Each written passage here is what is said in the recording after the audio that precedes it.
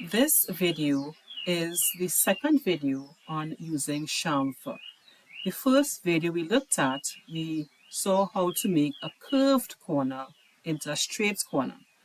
That is not the only thing you can use chamfer to do. You can apply chamfer. It will still be a straight corner, but it doesn't always have to be a curved one, right?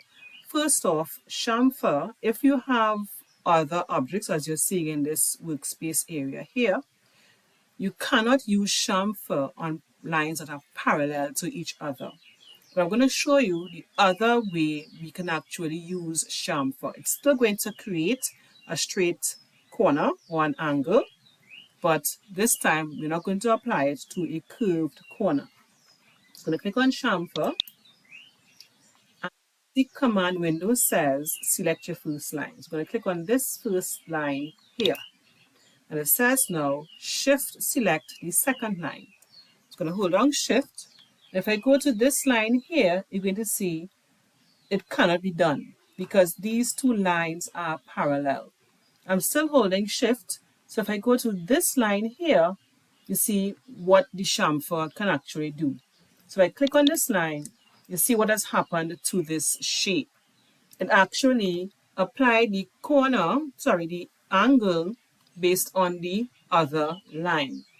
Now we can also apply chamfer to more than one object, which I'm going to do with these two objects here. So I click on chamfer. Again, it says select the first line. So I'm going to click on this line here, which is the first one.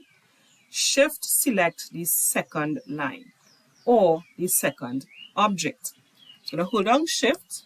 I'm going to come to one of the lines in the second object. As you can see, immediately when I come to this line that's perpendicular to this line in the square here, it creates the corner.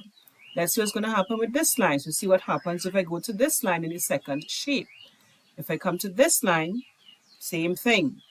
It actually chamfers the corners. And let's see with this line. So you see all of these lines here in this shape, we can apply chamfer to with this first shape here. So I'm just going to click on this line and you see what actually happens to these two shapes.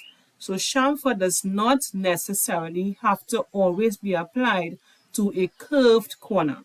As you can see, we can use chamfer on the same shape as long as the lines are not parallel and get a corner, an angled corner here as well, or using two individual shapes when you go to the respective line.